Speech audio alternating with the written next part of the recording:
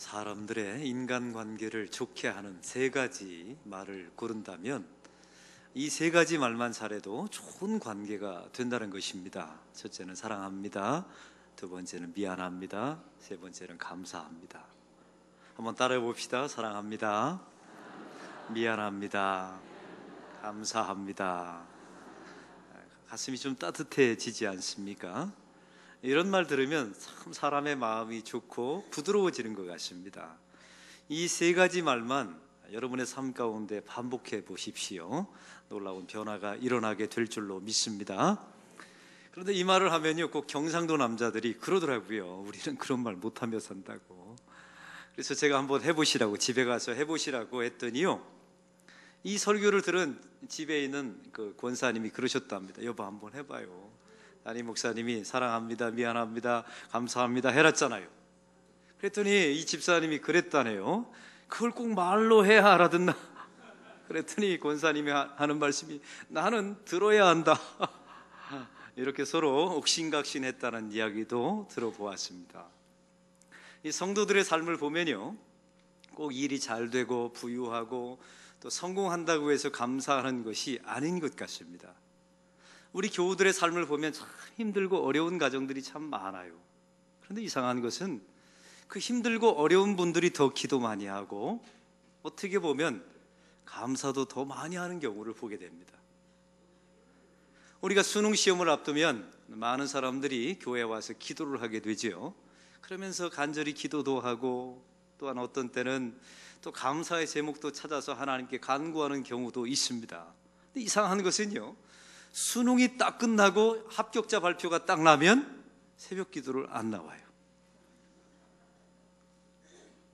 하나님이 그런 분들을 보면 어떤 마음이 있으실까라는 생각이 듭니다. 저 같으면요, 염치가 좀 있어서 며칠이라도 나와줄 것 같은데. 경제적인 어려움도 마찬가지입니다. 삶이 가난하면 그 힘들고 어려우면 오히려 감사하면서 기도하면서 이렇게 맨 앞자리로 자꾸만 나와요. 갈급하니까요. 근데 이상하게 돈이 주어지면요, 한 칸씩 뒤로 가요. 가서 저 뒤에서 졸다가 안 나와버려요. 그러면 담임 목사로서 그런 걸 보면 이렇게 기도하죠. 하나님, 저분에게 너무 과하게 돈을 주신 것 같습니다. 근데 우리 교회 가운데, 교우 가운데 이런 일이 있었습니다. 병원에 갔는데 그 대장에 뭐가 보인다라고 진단이 나온 거예요. 정밀 검사하자고. 일주일 후에 다시 오라고 MRI 찍자라고 말했답니다. 그 일주일 동안 그 교우 뭐 했을까요? 새벽기도 나왔어요. 나와서 가슴을 치면서 하나님, 회개도 하시면서요, 또 어떤 때는 또 감사도 하더라고요. 하나님, 지금까지 건강한 것도 감사합니다. 근데 병원에 갔더니 아무 이상이 없다라는 결과가 나왔습니다. 그랬더니 약간 감사하시더라고요. 그 다음 날부터 새벽 기도를 또 안 나와요. 우리 교회에 더 기가 막힌 일이 있었습니다. 이분은요, 2년 전에 암 진단을 받았어요. 이게 기가 막힌 겁니다. 멀쩡한 몸인데 암 진단을 받아서 이거 다시 확인해 보겠다고 서울로 올라갔어요. 올라가서 검사를 했는데 오진이 나온 겁니다. 이게 암이 아니라고 판결이 난 거예요. 이분이 감사원금 내고 하나님 앞에 감사하면서 얼마나 난리를 쳤는지 몰라요. 가끔 오진이 있어야 되겠더라고요. 그래야 감사하고, 그래야 하나님께 자기 인생이 얼마나 감사한 존재인지를 알죠. 사람은요, 잘 되고 편리하면 감사가 사라집니다. 삶 가운데 고통이 있어야 일상이 얼마나 고맙고 내가 누리며 사는 것들이 얼마나 감사한지 알게 되죠. 세상의 많은 종교들도 감사하라는 말을 합니다. 감사해야 행복해진다는 말도 하고 감사해야 관계가 좋아진다는 말도 하지요. 세상의 많은 책들도 자기 개발서들이 말합니다. 감사는 당연하게 여기지 않는 것이다. 감사는 습관이니까 훈련해라. 또 감사가 그 사람의 능력이다. 자기 개발서도 이런 얘기합니다. 그래서 감사하려고 그들은 무던히 노력하는 경우가 많습니다. 그러면 성경이 우리에게 말씀하시는 본래 감사의 내용과 감사의 형식은 도대체 무엇일까요? 우리는 이 사도행전 강해 설교를 통해서 지속하고 있습니다. 저는 오늘 본문을 보면서 이 말씀 속에 어떤 감사가 있을까? 일주일 내내 뚫어져라 쳐다봤습니다. 여러분, 오늘 본문은 사실 감사절에 합당한 본문이 아니지 않습니까? 그래서 특별한 말씀을 선정하기 전에 저는 강해 설교하면서 이 본문 속에 우리 삶과 연관되어 있는 감사의 제목이 무엇일까 한번 찾아보았습니다. 오늘 말씀의 장면은 성전 미문에 앉아 있었던 40세 된 남자의 이야기입니다. 이 제자들이 베드로와 요한이 성전 미문에 들어가면서 예수의 이름으로 이 사람을 고쳐 주었죠. 이 사람에게 기적이 일어나게 된 것입니다. 그래서 우리는 지난주에 이것은 기적이기 전에 그 안에 하나님의 계시가 있다는 말씀을 나누었습니다. 그래서 베드로가 많은 사람들에게 뭐라고 말합니까? 너희는 왜 이것을 놀랍게 여기느냐? 이것은 너희들 놀라라고 신비하게 여기라고 이 말씀을 준 것이 아니라는 뜻이죠. 그리고 베드로가 다시 선포합니다. 너희들은 왜 나를 주목하느냐? 한번 따라해 봅시다. 왜 나를 주목하느냐? 왜 나를 주목하느냐? 여러분, 이것은 내가 이 기적을 일으킨 것이 아니라 내가 선포했던 그 예수 이름 안에 하나님의 능력이 있음을 선포한 줄로 믿습니다. 여러분, 그래서 이 베드로가 이 기적을 베풀고 나서 솔로몬 행각에 올라서게 됩니다. 그리고 많은 사람들을 대상으로 이제 설교를 시작하게 되죠. 그 설교의 내용이 무엇입니까? 오늘 베드로의 설교를 보면 이런 내용이었어요. 너희가 십자가에 죽인 예수 그리스도를 하나님께서 살리셨고 이 병자를 바로 그 예수의 이름으로 일어나게 만든 것이다. 할렐루야. 이게 베드로의 설교의 내용이었습니다. 이런 설교를 강력하게 하는 도중에 제사장들과 성전을 맡은 자들과 사두개인들이 달려오게 됩니다. 달려와서 그들의 손으로 베드로와 요한을 체포하게 되죠. 그럼 이 베드로와 요한을 체포했던 사람들이 누구입니까? 첫째는 제사장들이었습니다. 이걸 오늘 성경에 보니까 가야바와 안나스와 가야바라고 나와 있습니다. 이 사람들은 그 당시에 대제사장들이었어요. 하나님의 성전 안에서 예배를 담당하고 집례했던 사람들이었단 말이죠. 그리고 오늘 성경의 성전 맡은 자, 원문에 보면 이렇게 나와 있습니다. 경비대장 장군이라고 나와 있어요. 그 당시에 고위층에 해당되는 직분을 가지고 있는 사람들이었습니다. 그리고 사두개인, 이 사람들은 사람의 부활을 믿지 않는 사람들이었어요. 그리고 로마 정권과 결탁해서 그 유대 땅에 있는 모든 요직을 다 독식했던 사람들이 바로 사두개인들이었습니다. 여러분, 그래서 오늘 성경에 나와 있는 이 가야바와 안나스도 사두개파에 소속된 사람들이었어요. 이들이 누구입니까? 바로 예수님을 십자가에 처형하라고 요구했던 사람들, 주도했던 사람들이지 않습니까? 그리고 예수님께서 부활하신 후에도 예수님의 부활을 부정하고 그것을 은폐하려고 노력했던 사람들이 바로 이 사람들입니다. 그런데 이렇게 끝난 줄 알았는데 예수님의 제자들 가운데 베드로와 요한이 갑자기 솔로몬 행각에 나타나게 된 거죠. 이것도 기분 나쁜데 이 사람들이 뭐라고 설교했다고요? 너희가 죽인 예수 그리스도를 하나님께서 살리셨다. 그리고 나는 이 날 때부터 안진뱅이를 바로 그 너희들이 죽인 그 예수의 이름으로 이 사람을 살린 것이다.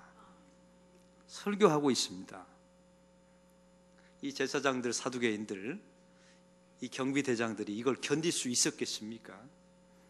그래서 오늘 성경에 보니까 직접 그들의 손으로 베드로와 요한을 잡습니다. 그리고 오늘 성경의 원문에 보면 얼마나 흥분되었는지, 얼마나 격분했는지 아주 거세게 베드로와 요한을 체포했다는 것입니다. 근데 한 가지 문제가 있었습니다. 체포하고 보니까 날이 이미 저물어 버린 거예요. 그 당시에 유대인의 법에 의하면 밤에는 재판을 할 수가 없었습니다. 그래서 베드로와 요한을 감옥에 가두고 다음 날까지 기다리게 된 것입니다. 여러분, 한번 생각해 보세요. 지금 예수의 이름으로 병자를 낫게 했습니다. 그리고 이것을 계시로 알고 사람들 앞에서 설교를 하고 있어요. 그런데 이 베드로와 요한이 설교 도중에 체포를 당하게 된 겁니다. 사실 보면 굉장히 어두운 상황이죠. 굉장히 힘든 상황, 절망 어린 상황처럼 보입니다. 이렇게 베드로와 요한은 그냥 감옥에 갇혀 있게 되었어요. 오늘 성경은 이렇게 끝나는 것 같았습니다. 그런데 놀라운 일이 일어나게 됩니다. 이 베드로가 설교 도중에 잡혀갔잖아요. 그럼 남아있는 사람들이 있는데 오늘 성경에 보니까 그 사람들이 두려워서 흩어져야 되지 않습니까? 지금 자기들 앞에서 설교했던 베드로와 요한이 잡혀갔잖아요. 그러면 소요를 사람들이 웅성웅성하면서 저 사람들이 무슨 큰 죄를 지었나 보다 하면서 완전히 뿔뿔이 흩어져야 되는 것 아닙니까? 그런데 오늘 성경을 보십시오. 이 남아있는 사람들이 그들 마음속에 믿는 마음이 생겼다는 거예요. 그리고 몇 명이 예수를 믿게 되었다고요? 5,000명이 예수를 믿게 되었다라고 성경은 우리에게 말씀하고 있습니다. 저들은 두려워하지 않았습니다. 그 남겨져 있는 사람들은 흩어지지 않았습니다. 저 사람들은 이 베드로와 요한을 의심하지 않았습니다. 이상하게 저들의 마음속에 믿음이 생겼다는 거예요. 이상하게 저들은요 5,000명, 남자만 5,000명이 그 자리에서 예수를 믿게 되었다는 겁니다. 도대체 어떤 일이, 어떻게 이런 일이 가능하게 되었을까요? 바로 그것은 베드로가 전한 것이 복음이었기 때문에 그렇습니다. 베드로는 잡혀갔습니다. 그 자리에서 떠났습니다. 그 사람들과 함께 할 수 없었습니다. 그 사람들에게 지속적으로 케어할 수 없었습니다. 그런데 그 자리에 베드로와 요한이 전한 복음이 남아 있었던 거예요. 너희들이 죽인 예수 그리스도를 하나님이 살리셨고 바로 그 예수의 이름으로 이 병자를 고쳐놓으라. 이 선불군 복음이 남아 있었던 겁니다. 그 복음 때문에 남아있는 사람들의 가슴이 움직여지고 그들의 영혼이 예수 믿게 되는 역사가 일어나게 된 줄로 믿습니다. 그래서 5,000명이 예수를 믿게 되었어요. 그런데 저는 신기한 것은요, 이 자리에 5,000명이 예수를 믿고 믿음이 생긴 이 자리에 베드로와 요한은 없었습니다. 감옥에 있었으니까요. 나중에 전해 들었을 것 아닙니까? 분명히 베드로와 요한은 이렇게 예측했을 것 같아요. 흩어졌을 거다. 참 안 됐다. 아유, 내가 끝까지 복음을 전했으면 얼마나 좋았을까. 내가 좀 더 설교했더라면, 내가 좀 더 복음을 더 자세하게 풀어서 가르쳤더라면 얼마나 놀라운 일이 일어날까. 이런 생각을 갖지 않았겠습니까? 근데 들려오는 소식을 들어보니까 베드로와 요한이 잡혀간 후에 믿음이 생겼고 사람들이 5,000명이 예수를 믿었다는 소식이 들려온 겁니다. 이때 베드로와 요한이 무슨 마음을 가졌을까요? 참 감사하다. 하나님 감사합니다. 이게 기독교의 감사입니다. 사랑하는 성도 여러분, 세상은 우리에게 감사하라고 감사해야 된다라고 말하죠. 여러분 감사해 보셨잖아요. 오래 하던가요? 여러분 가슴 깊은 곳에서 정말 감사가 솟구쳐 오릅니까? 제가 해보니까요. 제가 이 말씀 준비하려고 일주일 내내 감사에 대해서 묵상했는데도요, 일주일 내내 불평도 나오고 원망도 나오고 그랬어요. 사람의 심정이 다 마찬가지인 것 같습니다. 그래서 우리의 주제는 감사하라가 아닙니다. 오늘 성경은 우리에게 묻고 있는 겁니다. 너희들은 복음을 가지고 있느냐는 겁니다. 너희들은 복음을 전하고 있느냐? 너희들은 삶 속에서 정말 복음대로 살아가고 있느냐? 예수의 이름을 증거하고 예수의 이름을 드러내고 예수의 이름을 자랑하고 예수의 이름 때문에 살고 예수의 이름 때문에 화해하고 예수 이름 때문에 여러분의 삶을 영위하고 있습니까? 그러면 여러분의 삶 가운데 핍박이 찾아오게 될 겁니다. 오늘 베드로와 요한이 잡혀가듯이 말이죠. 무시받게 될 거예요. 그래도 염려하지 마세요. 끝까지 견디고 기다리면 여러분이 전한, 여러분이 살아낸 것이 복음이기 때문에, 여러분이 살아낸 것이 진짜 복음이기 때문에 그 복음이 여러분의 삶 가운데 반드시 일하실 줄로 믿습니다. 그래서 나중에 보고 이제 결과를 보고 이렇게 말할 거예요. 참 감사하다. 하나님 감사합니다. 이렇게 말하게 될 줄로 믿습니다. 감사하라가 아닙니다. 감사하게 될 줄로 믿습니다. 시간이 지나고 버티고 견디면 여러분이 품고 있는 것이 야망이 아니기 때문에, 여러분이 가지고 있는 것이 복음이라면, 여러분이 가지고 있는 것이 예수의 이름이라면, 할렐루야, 예수의 이름이라면, 그 예수님의 이름이 여러분의 삶 가운데 일하게 될 것입니다. 베드로와 요한은 감옥에 갇혀 있지만 그들이 전한 복음이 그들의 심령 속에 남아있기 때문에 5천 명이 예수 믿는 역사가 일어나지 않습니까? 그래서 참 감사하다. 하나님 감사합니다. 이런 고백이 나오게 되는 것이 성도의 삶인 줄로 믿습니다. 우리 교회 귀한 순장님 한 분을 소개합니다. 이분은 얼마나 밝고 악기도 잘 다루고 얼마나 놀이도 잘하고 신앙도 좋으시고, 그래서 우리 교회에 새 신자들이 오시면 젊은 부부들을 그 가정에 맡겨주었어요, 순장님한테. 그러니까 그 순은요 다 새 신자들, 대부분이 다 젊은. 순모임 하면 애들이 아주 빠글빠글합니다. 얼마나 떠들고. 그러니까 순모임이 잘 될 수가 없지요, 시끄러우니까. 그래도 이 순장님이요 그 순원들을 사랑하면서 얼마나 열심히 순장의 역할을 하시는지 몰라요.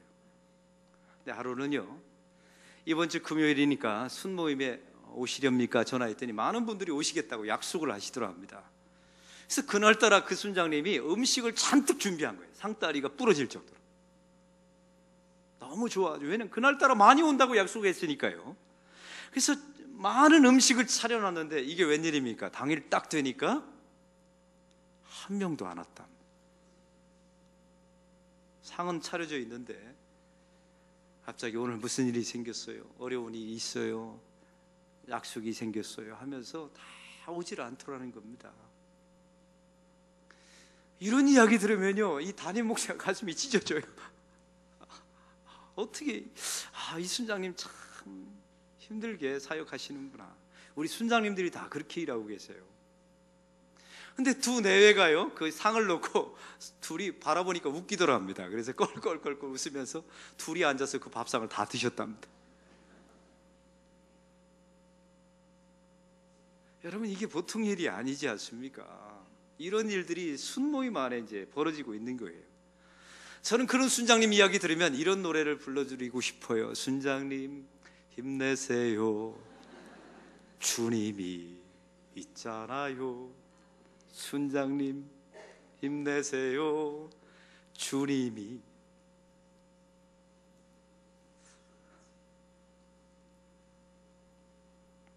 주님이 그런 일을 왜 하겠습니까? 순장님이 예수의 이름 때문에 하는 것 아닙니까? 그들에게 복음을 전하려고, 복음을 나누려고 하는 것 아닙니까? 제가 그 순장님께 그런 말씀을 드렸어요. 순장님 버티고 견뎌보세요. 그러면 언젠가 이런 날이 오게 될 것입니다. 순장님 힘내세요. 이제 순원들이 우리가 있잖아요.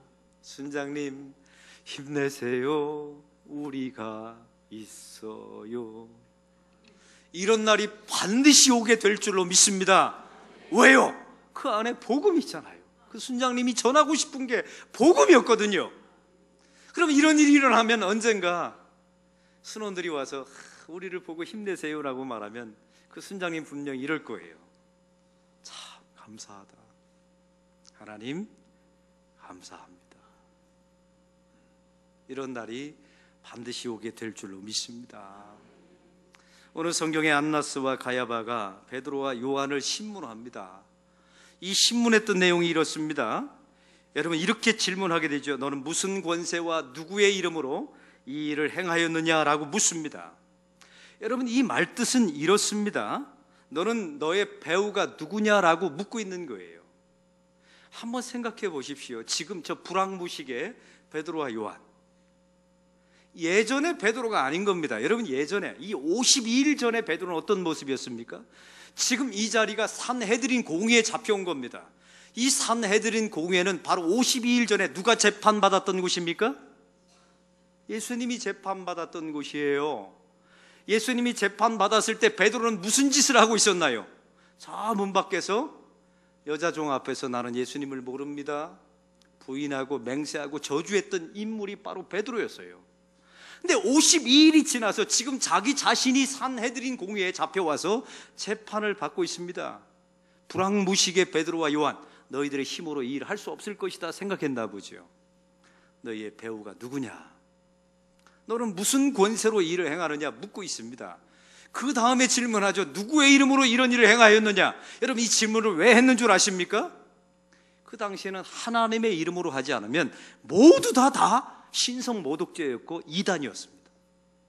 이 베드로와 요한을 죽이려고 이 질문을 한 거예요. 이때 베드로를 보십시오. 어떠한 두려움도 없습니다. 아주 당당합니다. 왜요? 부활하신 예수 그리스도를 보았기 때문에 그래요. 이미 베드로 안에 성령이 임하셨기 때문에 그렇습니다. 그리고 예수 이름의 능력으로 이 앉은 뱅이가 일어나는 것을 직접 보았거든요. 그러니 얼마나 큰 확신이 있었겠습니까? 그래서 이 담대함을 가지고요, 이제 꿀릴 것도 없고 두려울 것도 없고 내 뒤에 하나님의 백이 있고 예수 이름이 있는 이 복음을 쥐고 있는 사람들의 모습을 보십시오. 다시 설교합니다. 너희가 십자가에 죽인 예수 그리스도를 하나님이 살리셨고 내가 그 예수 이름으로 이 병자를 살려놓으라.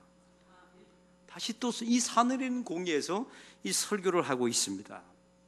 근데 기가 막힌 것은요, 이 베드로가 이 설교를 하면서 결말을 사도행전 4장 12절에 이렇게 말씀을 합니다. 다른 이로서는 구원을 받을 자가 없나니 천하 인간의 구원을 받을 만한 다른 이름을 우리에게 주신 일이 없느니라. 할렐루야.